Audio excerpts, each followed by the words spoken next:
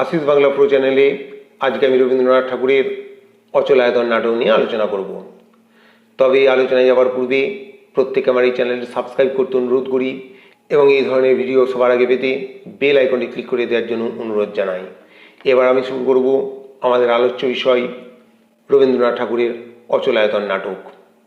এই অচলায়তন নাটকটি লেখা হয়েছিল 1911 খ্রিস্টাব্দের মে জুন মাসে, বাংলা 1318 বঙ্গাব্দের আষাঢ় মাসে শিলাইদহে।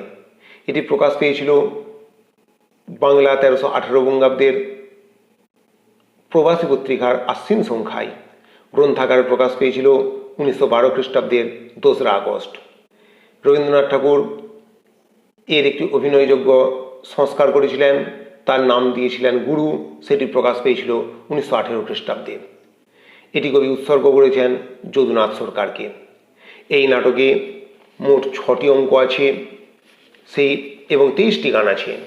6টি অঙ্ক: প্রথম অঙ্কর ঘটনাস্থান অচলায়তন গৃহ, দ্বিতীয় অঙ্কের ঘটনাস্থান পাহাড় মাঠ, তৃতীয় অঙ্কের ঘটনাস্থল অচলায়তন, চতুর্থ অঙ্কের ঘটনাস্থান দর্ভকপল্লী, পঞ্চম অঙ্কের ঘটনাস্থান অচলায়তন এবং ষষ্ঠ অঙ্কের ঘটনাস্থান দর্ভকপল্লী। আচার ও প্রথা সর্বস্ব ধর্মের বাঁধ হতে মুক্তির জন্য প্রথা এবং প্রেমের দ্বন্দ্বে প্রেমকে জয় করার জন্য, প্রেম যে জয়ী সেটা দেখানোর জন্য রবীন্দ্রনাথ ঠাকুর অচলায়তন নাটক রচনা করেছিলেন। আসলে কোনো ধর্মই মানবাত্মার বন্ধনকে স্বীকার করে না, কোনো ধর্মে কোনো বাধাকে স্বীকার করে না। মানুষের মুক্তির পথে যা বাধা সেগুলোকে দূর করাই মানুষের কাজ, ধর্মের কাজ, বা ধর্ম তাই করে। ধর্ম মানুষের মননে সাহায্য করে, মন্ত্র মানুষের মনকে ত্রাণ করে, মন্ত্র মানুষের মননে সাহায্য করে। কিন্তু যদি মন্ত্র হয়ে ওঠে মানুষের এই মুক্তির অন্তরায়, যদি ধর্ম হয়ে ওঠে মানুষের সামনের বাধা স্বরূপ, যদি ধর্ম বলতে কেবলমাত্র আমরা এই আচার আচরণকে বুঝি, তখন বিদ্রোহ দেখা দেয়। আর সেই বিদ্রোহের জন্য আসেন আমাদের অন্তরের পরম পুরুষ গুরু। তিনিই যেন সমস্ত ভেঙে ধূলিসাৎ করে দিয়ে আবার নতুন করে নতুনভাবে শুরু করেন। অচলায়তন প্রসঙ্গে এ কথা একেবারে সত্য। এই অচলায়তন নাটক প্রকাশের পর মাননীয় ললিত কুমার বন্দ্যোপাধ্যায় মহাশয় আর্যাবর্ত নামে এক পত্রিকায় কার্তিক সংখ্যায় এর সমালোচনা করেছিলেন। সেই সমালোচনার উত্তর দিতে গিয়ে রবীন্দ্রনাথ ঠাকুর তার পরের সংখ্যায়, অর্থাৎ আর্যাবর্ত পত্রিকার অগ্রহায়ণ মাসে তিনি লিখেছিলেন, অচলায়তনের মন্ত্রমাত্রের প্রতি তীব্র শ্লেষ প্রকাশ করা হইয়াছে, এ কথা কখনোই সত্য হইতে পারে না। যেহেতু মন্ত্রের সার্থকতা সম্বন্ধে আমার মনে কোনো সন্দেহ নাই, কিন্তু মন্ত্রের যথার্থ উদ্দেশ্য মননে সাহায্য করা, ধ্যানের বিষয়ের প্রতি মনকে অভিনিবিষ্ট করিবার উপায় মন্ত্র। আমাদের দেশে উপাসনার এই যে আশ্চর্য পন্থা সৃষ্ট হইয়াছে, ইহা ভারতবর্ষের বিশেষ মাহাত্ম্যের পরিচয়। দেশের মধ্যে এমন অনেক আবর্জনা স্তূপাকার হইয়া উঠিয়াছে, যাহা আমাদের বুদ্ধিকে, শক্তিকে, ধর্মকে চারিদিকে আবদ্ধ করিয়াছে। সেই কৃত্রিম বন্ধন হইতে মুক্তি পাইবার জন্য এ দেশে মানুষের আত্মা অহরহ কাঁদিতেছে। অর্থাৎ এই যে ধর্ম আমাদের বুদ্ধিকে, শক্তিকে গ্রাস করে, যে আচার আচরণ ধর্মকে গ্রাস করে, মানুষের আত্মাকে কাঁদিয়ে তোলে, সেই আচার আচরণকে ঝেড়ে ফেলাই মানুষের সত্যিকারের কাজ। এই অচলায়তন নাটকে এই যে প্রথা, এই যে বন্ধন, সেটাকে একটি প্রতীকে প্রকাশ করেছেন, এটি সাংকেতের মাধ্যমে প্রকাশ করেছেন রবীন্দ্রনাথ ঠাকুর। তিনি দেখিয়েছেন অচলায়তন নামক একটি স্থান। সেই অচলায়তন বিশাল এক প্রাচীর দিয়ে, লোহার আগর দিয়ে ঘেরা। বাইরের মানুষের সেখানে কোনো প্রবেশের অধিকার ছিল না। এখানকার মানুষও বাইরে যেতে পারত না, অর্থাৎ বাইরের মানুষের সঙ্গে মেলামেশা ছিল বন্ধ। এমনকি বাইরের বাতাস পর্যন্ত এখানে প্রবেশ করতে দেওয়া হতো না। অর্থাৎ মানুষের সঙ্গে মানুষের যে মিলন, প্রকৃতির মধ্যে যে মুক্তির চেতনা, মানুষের সঙ্গে মানুষের সান্নিধ্যে মানুষের মনের যে মুক্তি, সব দিক থেকে অবরুদ্ধ করে রাখা হয়েছিল এই অচলায়তনকে। আর অচলায়তনের আয়তনীরা নানান রকম নিয়ম নীতিতে আবদ্ধ ছিল। কোনোদিন বা তারা কাঁকিনি সরোবরের নৈরিত কোণে ঢোড়াসাপের খুলস খুঁজত, সেই খুলসকে ঘোড়ার লেজের সাতগাছি চুল দিয়ে বেঁধে পূর্বপুরুষদের উদ্দেশ্যে ধোঁয়া দিত। কোনোদিন বা তারা নানান পত্র মন্ত্রতন্ত্রে লিপ্ত থাকত। তারা বজ্রগান্ধারী মন্ত্র পাঠ করত, কোনোদিন বা সাপের হাত হতে বাঁচার জন্য মহাময়ূরী মন্ত্র পাঠ করত। এইভাবে বিভিন্ন ভয় গ্রাস করেছিল, আর সেই ভয় হতে মুক্তির জন্য এক একটি মন্ত্রের তারা আশ্রয় নিয়েছিল। কিন্তু প্রকৃতপক্ষে মানুষের সর্বভয় হতে মুক্তির জন্য আমাদের দরকার প্রাণের মুক্তি, আমাদের দরকার আমাদের চিন্তার মুক্তি। আমাদের এই সত্যিকারের প্রাণকে মুক্ত করতে পারে মুক্ত প্রকৃতি, সত্যিকারের চিন্তাভাবনা, সত্যিকারের মন্ত্র, সত্যিকারের ধর্ম, যা মানুষকে মুক্তির পথ দেখায়। এই আচার আচরণ সর্বস্ব আয়তনে সর্বদাই নিয়ম নীতি লেগেই থাকতো।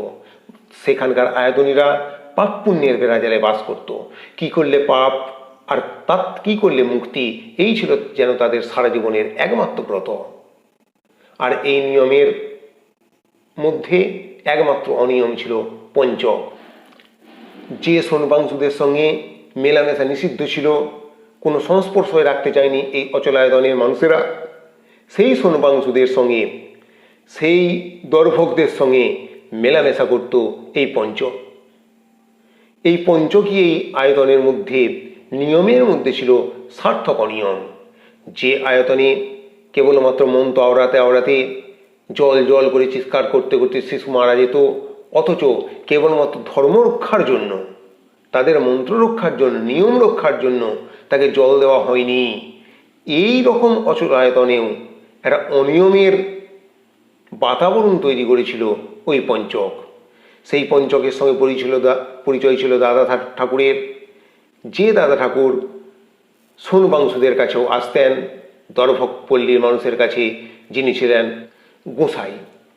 এই দাদা ঠাকুরই ছিলেন প্রকৃতপক্ষে সেই অচলায়তনের গুরু, পঞ্চকের দাদা মহাপঞ্চক। এই আয়তনে একজন প্রায় সর্বজ্ঞ ব্যক্তি। তিনি যেন কোন নিয়মে কি করতে হয়, কোন পাপে কোন প্রায়শ্চিত্ত ইত্যাদিতে তিনিই যেন বিধান দিতেন, তিনিই যেন সর্বজ্ঞ। আর এই আয়তন চলত প্রকৃতপক্ষে আচার্যের নির্দেশে। সেই আচার্যকে নিয়োগ করেছিলেন গুরু। আচার্য হলেন অদিন পুণ্য। তিনি সেই কবে থেকে এই আয়তনের আচার্য হয়েছেন। নানান নিয়ম নীতি তিনি ঠিকঠাকভাবে পালন করেছেন, কিন্তু তিনি প্রাণের মুক্তি পাননি। তার জন্য আজকে যেন তার এসে একটা সন্দেহের বাতাবরণ সৃষ্টি হয়েছে। সত্যি কি তার মধ্যে কোনো মুক্তি আছে? সত্যি কি যা আমরা পালন করছি সেটা মানুষের সত্যিকারের কোনো কাজে লাগে? তার মধ্যে একটা যেন জিজ্ঞাসা তৈরি হয়েছে। হঠাৎ করে এক ঘটনা ঘটল। সুভদ্র নামে এক ছেলে আয়তনের উত্তর দিকের জানালা খুলে বসল, যেটাকে আয়তনীরা মহাপাপ বলে গণ্য করতেন। শুধু মহাপাপ বলে গণ্য করতেন তা নয়, এই উত্তর দিকের জানালা খোলার সাথে সাথে তার কেন দু চোখ তখনই সঙ্গে সঙ্গে ফেটে বের হয়ে গেল না, এই চিন্তাই তারা করতে লাগলেন। পরিশেষে সেই পাপ করার জন্য প্রায়শ্চিত্ত কি করতে হবে সেই খোঁজ করা হলো। প্রায়শ্চিত্তের বিধান পাওয়া গেল, কিন্তু আচার্য অদিন পুণ্য সেই প্রায়শ্চিত্তে বাধা দিলেন। আর পঞ্চক সেই প্রায়শ্চিত্তের প্রথম থেকেই বিরোধী ছিল। সে প্রথম থেকেই সুভদ্রকে বাঁচানোর জন্য চেষ্টা করেছিল, এই প্রায়শ্চিত্ত থেকে বিরত থাকার চেষ্টা করেছিল। অদিন পুণ্য যখন সেই প্রায়শ্চিত্তের বিরোধিতা করলেন, আয়তনের অন্যান্য উপাধ্যায় মহাশয়, অন্যান্য আয়তনীরা এক ষড়যন্ত্র করে তারা এই আয়তনের শুদ্ধতা বজায় রাখতে চাইলেন। তারা মনে করলেন আচার্যের যেন মতিভ্রম হয়েছে, সুতরাং যদি তিনি মতি ঠিক না করেন, যদি তিনি সত্যি ধর্মের পথে না, ধর্ম বলতে তাদের কাছে আচার আচরণই ধর্ম, ধর্মের পথে ফিরে না আসেন, তবে তাকে আচার্য পদ দিকে নামিয়ে দেওয়া হবে। এইভাবে পঞ্চককে এবং আচার্যকে সেখানে নির্বাসন দেওয়া হলো, তাদের সঙ্গে সাক্ষাৎ ঘটল, দর্ভকপল্লীর মানুষের সাক্ষাৎ ঘটল সোনপাংশুদের সঙ্গে। যদিও পঞ্চকের সঙ্গে সোনপাংশুদের আগেই দেখা হয়েছে, সোনপাংশুদের যে কাজের গতি, সোনপাংশুদের যে কাজের নিষ্ঠা, কাজের প্রতি দায়বদ্ধতা, তাদের যে মুক্তি আনন্দ, সেটা পঞ্চকে বারবার টেনেছে। সেখানে এসে সাক্ষাৎ পেয়েছে দাদা ঠাকুরের। তিনি যাকে দাদা ঠাকুর বলেন, সেই দাদা ঠাকুর যে সোনপাংশুদেরও দাদা ঠাকুর, এটা তিনি জেনেছেন। তারপর দর্ভকপল্লীর কাছে যে তিনিই আসলে গোসাই ঠাকুর, তিনিই যে আসলে তাদের প্রাণের ঠাকুর, সে কথাও জেনেছেন। পরিশেষে এই সোনপাংশুদের একজন ব্যক্তি, তার নাম চণ্ডক, তাকে কেন্দ্র করে আয়তনীদের সাথে একটা বিরোধ বেঁধেছে এবং নৃশংসভাবে সেই চণ্ডককে আয়তনীরা হত্যা করেছে। তখন আয়তনের গুরু দর্ভকপল্লীর গোসাইজি আর ঠিক থাকতে পারেননি। তিনি সোনপাংশুদের নিয়ে, দর্ভকপল্লীর মানুষদের নিয়ে সেই আয়তনকে ভেঙে গুড়িয়ে তছনছ করে দিয়েছে। তিনি আবার নতুনভাবে আয়তনে একটা নতুন সমাজের সৃষ্টি করতে চেয়েছেন। তিনি ঠিক করেছেন সেই আয়তনে থাকবে সোনপাংশুরা, সেই আয়তনে থাকবে দর্ভকপল্লীর মানুষরা, আর সেই আয়তনে থাকবে আয়তনের মানুষরা। এখানে কোনো শুধুমাত্র নিয়ম নিষ্ঠা নয়, শুধুমাত্র মন্ত্রতন্ত্র নয়, শুধুমাত্র পাপ পুণ্যের বেড়াজালে, পাপ পুণ্যের প্রায়শ্চিত্তের বেড়াজালে টিকে থাকা নয়, সত্যিকারের প্রাণের সন্ধান পাওয়া, সত্যিকারের মুক্তির সন্ধান তিনি দিলেন। সেই মুক্তির প্রাণ প্রতিষ্ঠা করার জন্য, সত্যিকারের ধর্মের প্রাণ প্রতিষ্ঠা করার জন্য তিনি দায়িত্ব দিলেন পঞ্চকের উপর। কারণ পঞ্চকই পারে সমস্ত বন্ধনকে ছিন্ন ভিন্ন করে উড়ে ফেলে দিয়ে সত্যিকারের প্রাণের প্রতিষ্ঠা করতে, সত্যিকারের মানুষের মুক্তির প্রতিষ্ঠা করতে। এইভাবে নাটকটি শেষ হয়েছে। এখানে আমরা দেখতে পেলাম যে মানুষের সামনে যা অন্তরায়, মানুষ যখন প্রথা দ্বারা বেষ্টিত হয়ে, প্রথার দ্বারা নিয়ন্ত্রিত হয়ে যখন মানুষের সামনে নানান রকম বাধা আসে, সেই বাধাই আসলে হয়ে ওঠে অচলায়তন। মানুষের যা পরিবর্তন ঘটায় না, যে আয়তন স্থির, কোনো পরিবর্তনেই পরিবর্তিত হতে পারে না, নিয়ম নীতি ছাড়া কিছু জানে না, সেই আয়তনই প্রকৃতপক্ষে অচলায়তন। সেই অচলায়তনকে সচলায়তনে পরিণত করার জন্য প্রয়োজন কিসের? না, প্রয়োজন মুক্তির। সেই মুক্তি আসে প্রকৃতির সান্নিধ্যে, মানুষের সান্নিধ্যে, মানুষকে ভালোবেসে। কেবলমাত্র কিছু মন্ত্র আওড়ে, কেবলমাত্র কতগুলো নিয়ম নীতি পালন করে সেই মুক্তি পাওয়া যায়নি। আর সেই মুক্তির ঠিকানা কে দেন? না, গুরু। সেই গুরুর আমরা তিনটে রূপ এখানে দেখতে পেয়েছি। অচলায়তনের যিনি গুরু, তিনিই হলেন সোনপাংশুদের দাদা ঠাকুর, আবার তিনিই হলেন দর্ভকপল্লীর গোসাইজি। সেই গোসাইজি হলেন তাদের প্রাণের ঠাকুর, সোনপাংশুদের দাদা ঠাকুর হলেন তাদের প্রাণের ঠাকুর, আবার অচলায়তনের গুরু। যে গুরুর আসার প্রতীক্ষা করছিলেন অদিনপুণ্য, যে গুরু আসার প্রতীক্ষা করছিলেন পঞ্চক, তারাই দেখলেন গুরু আসলে সত্যিকারের ভয়ঙ্কর রূপে এসেছেন। ভয়ঙ্কর রূপে এসে তাদের সামনে যা অন্তরায় ছিল, তাদের সামনে যা বাধা ছিল, সেই বাধা, সেই অন্তরায়কে গুঁড়িয়ে ফেলে নতুনভাবে সৃষ্টির আনন্দে যেন মেতে উঠলেন।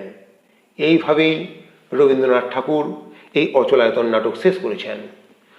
এই অচলায়তন নাটক সম্পর্কে বলতে গিয়ে সবুজ পত্র পত্রিকায় 1324 বঙ্গাব্দের আশ্বিন কার্তিক সংখ্যায় ধর্ম নামক প্রবন্ধে তিনি বলেছেন, যে বোধে আমাদের আত্মা আপনাকে জানে, সে বোধের অভ্যুদয় হয় বিরোধ অতিক্রম করে, আমাদের অভ্যাসের এবং আরামের প্রাচীরকে ভেঙে ফেলে।